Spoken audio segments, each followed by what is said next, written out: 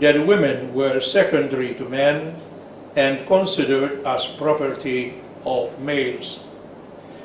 An ancient tradition rejected by Jesus and the Christian Church, though unfortunately still surviving in some quarters of our planet. The teachings of Jesus have a universal ring about them. A Christian did not have to come from any particular nation, nor was the Christian Church to be contained by frontiers, be they natural or artificial.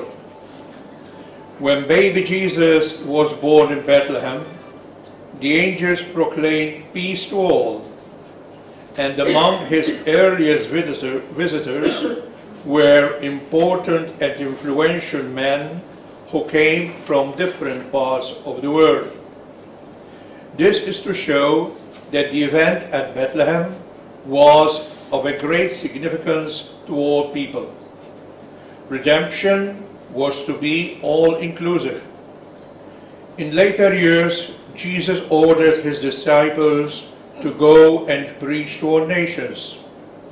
Now there is no longer one people of God. For Jesus, all nations form the people of God. The message of Christ included everybody and excluded no one. Jesus meant what he said. The dearest and closest person to him was his mother.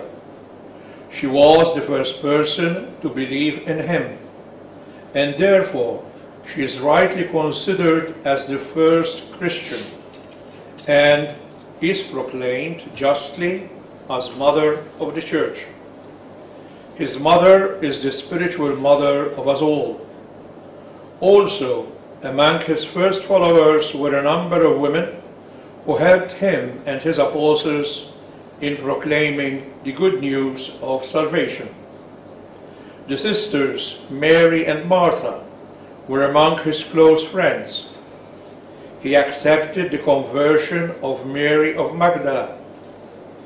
He did not hesitate to enter into conversation with a foreign and strange woman in a deserted place, a woman who was known to be of loose morals. This caused embarrassment to his disciples, but he did this to win her over and help her start a new life. Christians following the example of Christ hold that men and women are equally important in the eyes of God. Our faith holds the nuclear family as the basis for both church and state. Father and mother are different. Nature willed it so. But male and female are equal and complementary. Moreover, the home is the meeting place for prayer and religious formation. Christ taught that one man and one woman were bound together by the sacrament of holy matrimony. Therefore, husband and wife are permanently bound together, and their children are a gift to be treasured and loved.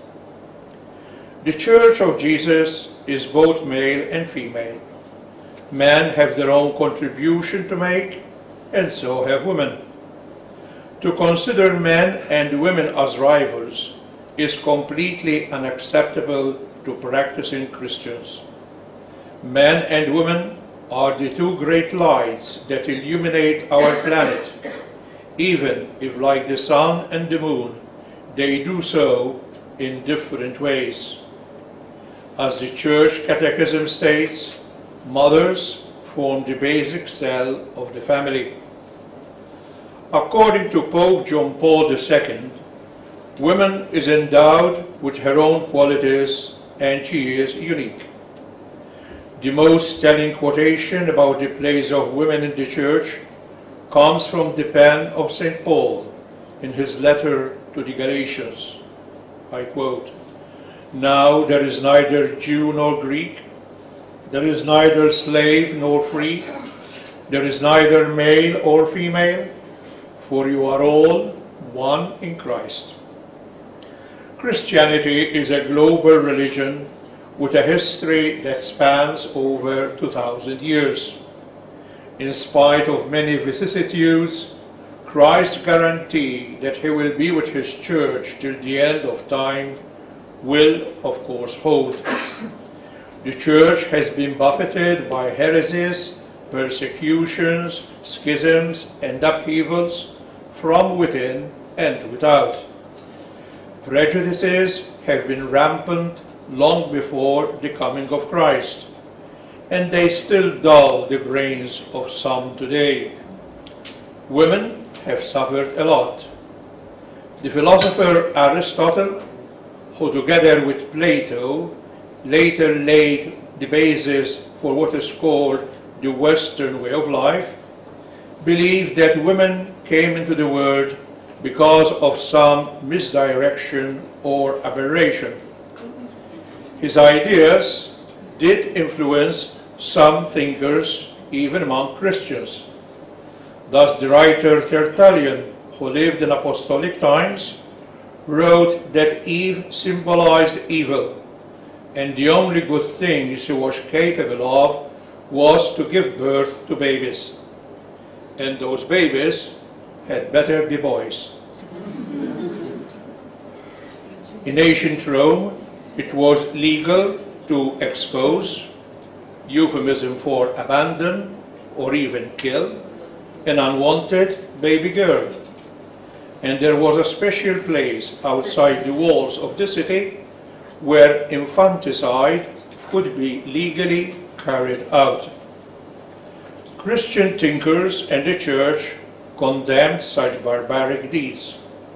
The Church has honored many women and girls as saints. Many were martyred by monster emperors such as Nero, Diocletian, and Valerian. The names of these women martyrs are recited every day in our daily masses. Even in later times, famous names such as Joan of Arc, Teresa of Avila, Monica, mother of St. Augustine, Catherine of Siena, and Teresa of Calcutta are revered by Catholics all the world over. The official status of women, according to the Catholic Church, is found in the document called On the Laity, which was given papal seal during the Second Vatican Council, which was convened between 1962 and 1965. The document states, I quote, "Women ought to participate more widely in the apostolate. They share in the priesthood of Christ as they did in the early church. Women are especially capable in teaching, caring for the needy, and in taking part in the liturgy. As mothers and daughters, they give power to the various activities carried out in the parishes. When capable, women should take part in national and international affairs. They should foment vocations even within the bosom of their families." And the final note. The apostolate of married persons and of families is of unique importance because they have received from God the mission to form the first and most vital cell both within the Church and in civil society. Thank you.